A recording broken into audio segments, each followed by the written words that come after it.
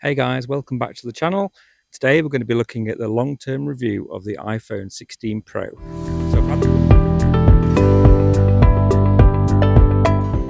So I've had the phone now for a good 4 weeks, I think it is, 3 or 4 weeks. I want to give you some more impressions on it and how I found it in the real world use. So today we're outside filming the beautiful Yorkshire countryside, and yes, it's very cold. It has snowed here over the past few days, so I'm going to put the iPhone 16 Pro through its paces and give you my thoughts on the phone and whether you should buy one. So let's start off looking at the price of this phone.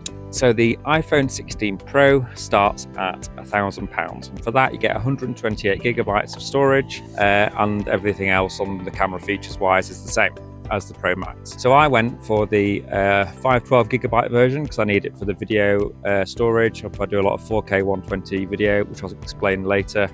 So that eats up storage, as does Apple ProRes, which I'll explain later. A lot of people won't need that, but I went for the 512, which cost me £1,399. So £100 cheaper than the Pro Max, and it gives me the same performance.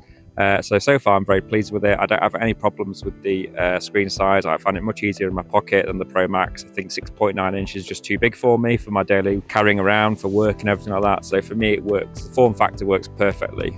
So I recently went back to a bigger screen on the Android side at the Motorola Edge Ultra, and the screen is lovely, but again it's just too big. So it's nice to see manufacturers like Pixel and Apple put in their phones with the Pro features and the smaller form factor, so I do think there is a market for them.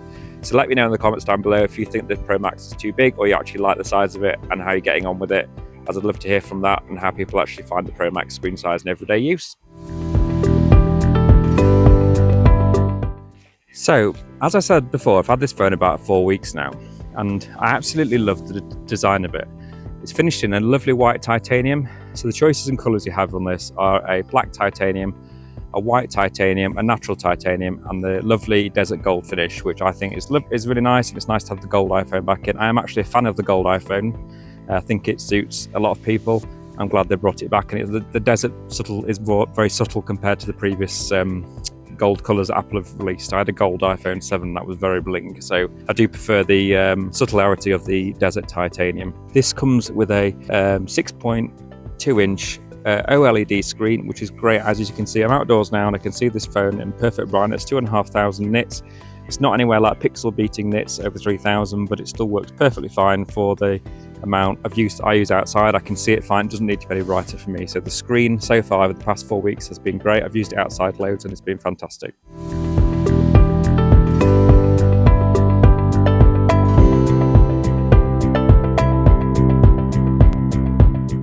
So the screen is a full OLED screen, as was mentioned, and it has what we call LTPO technology. So what this means, Google employ this on their phones, is that the refresh rate of the phone can go right down to 1 Hz at night to 120 Hz in the full daytime use. So this enables you to save battery at night while you're sat in bed looking at your phone, so you do not need 120 Hz refresh rate all the time. A lot of people recently have slated Apple, saying that the refresh rate on the phone is actually about 90 Hz from testing, and I think, and this is just my opinion, the reason for this may be to do with the fact that Apple need to save battery or to increase battery life on the phones, because they can't cram bigger batteries into the phones yet and keeping this form factor slim.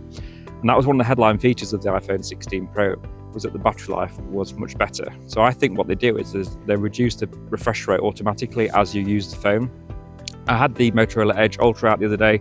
You can actually, and the Pixel, you can adjust the refresh rate yourself on that phone, so it makes it, you can actually choose what you want to do with it, so it gives you more customizability.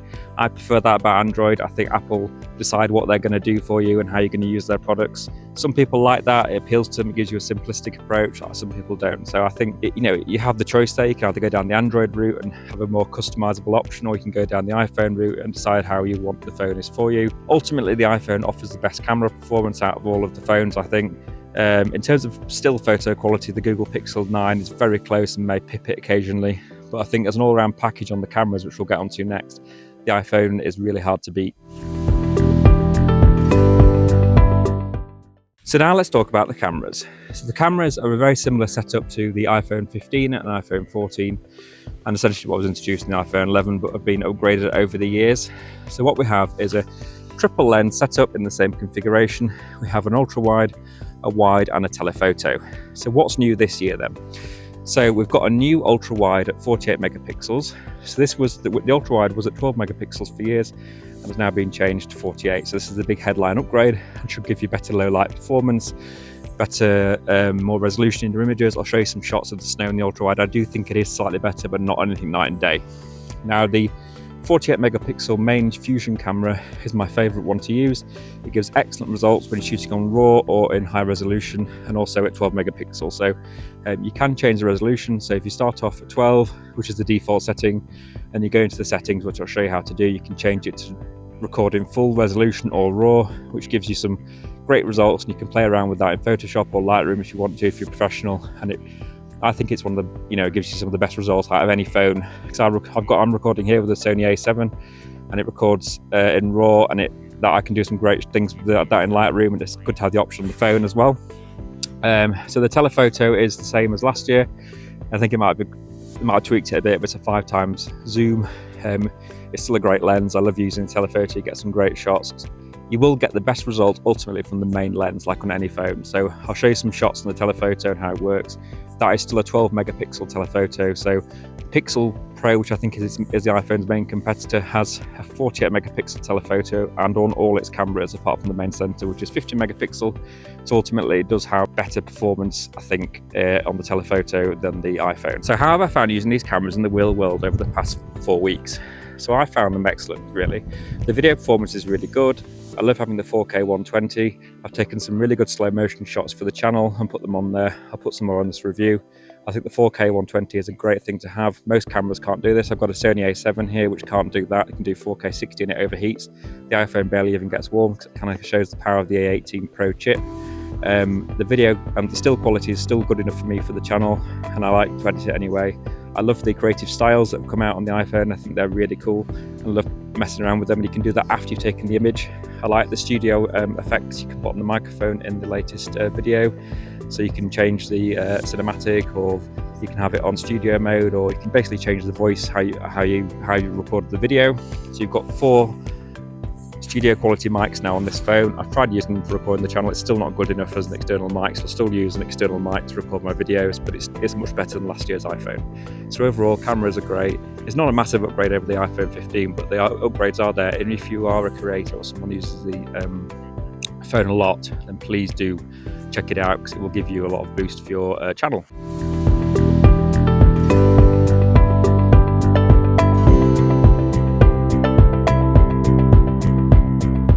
So what I want to do now is talk about the other iPhones in the lineup. So the lineup starts at the iPhone 14 now, after the iPhone 13 was ditched, and the iPhone 14 and the iPhone 15 and the iPhone 16 lineup. So should you look at the iPhone 14, 15 below the 16? This is a question I had a look at in my blog recently, and I decided that there was some significant disadvantages going for the iPhone 14 and 15 lineup now.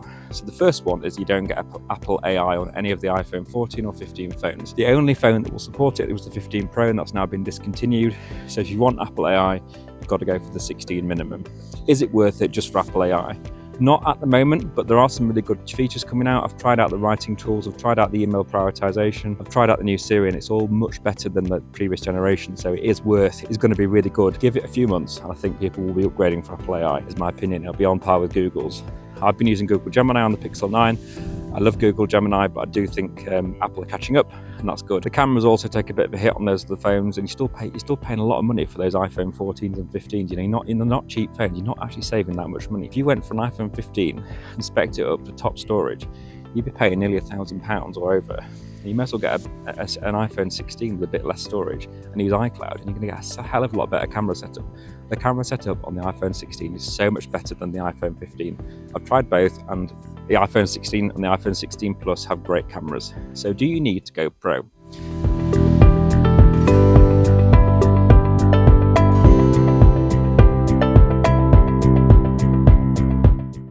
I think for a lot of people, and this is what I said in my original review, and also after having this long term, I don't think a lot of people do need to go Pro.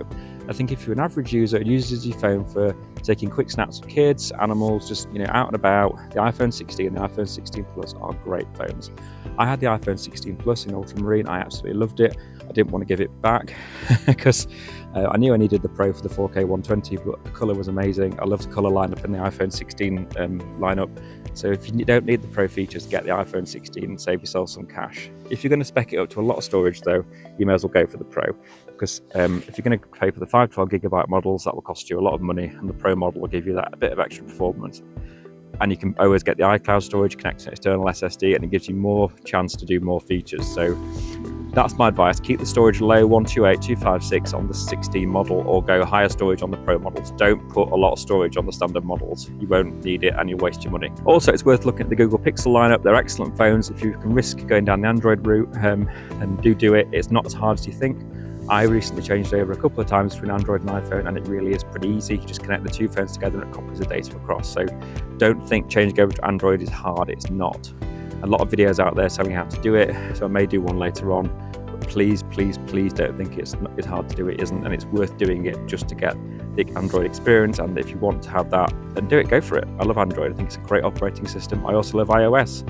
I love using both together, and this is a great thing about this job. I get to use both operating systems and see the best out of both of them. So that's my initial thoughts on the iPhone 16 Pro, on whether you should buy one. I would, and ultimately the conclusion is I think the Pro is the best one in the lineup. It offers the best value for money, the best screen, and the best of the camera system with the Pro Max. So if you don't need the biggest screen, you want to save yourself some cash, go for the Pro.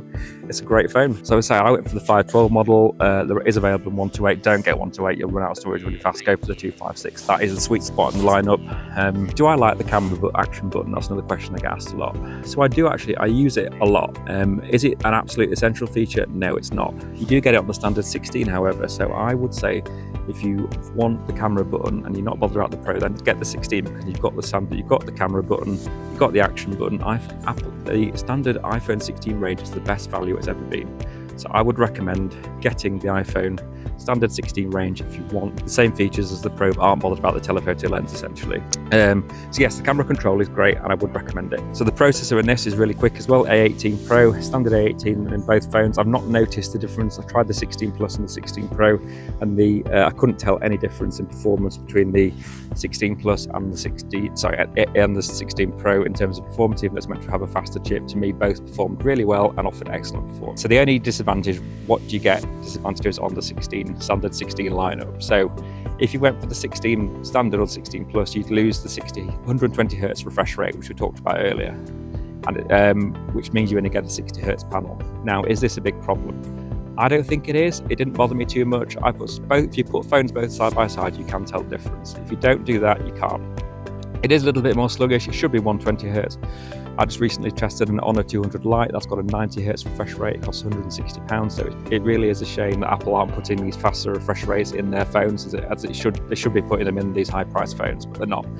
So it's not a reason not to buy the phones. It offers great performance still, but it is something to consider. And if you can't live without that, then have to get the 16 Pro, which starts at $999, but with the 128GB of storage. Don't spec it up too high, because you end up paying £1.5 for these phones, which most people do not need.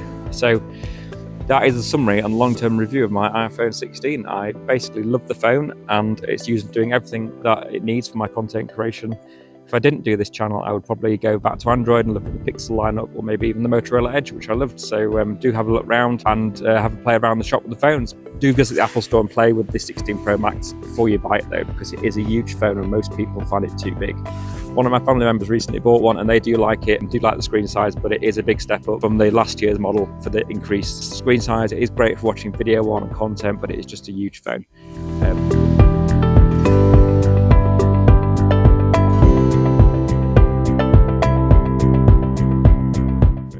So that is my next question. Should you upgrade from the iPhone 15 Pro and Pro Max? I think if you're happy with your Pro and Pro Max 15, don't bother. My partner's got an iPhone 15 Pro and she loves it and it's great. The cameras are really good on it still. It doesn't quite get the same telephoto lens because it missed out on the telephoto upgrade from last year, so it hasn't got as good telephoto or ultra wide. If you're just going to use it for daily shots, you won't notice the difference. If you really love your photography on the phones and you really want the new Photographic Styles, then it's worth the upgrade. And you get a decent trade-in price now on the iPhone 15s. Also on the standard.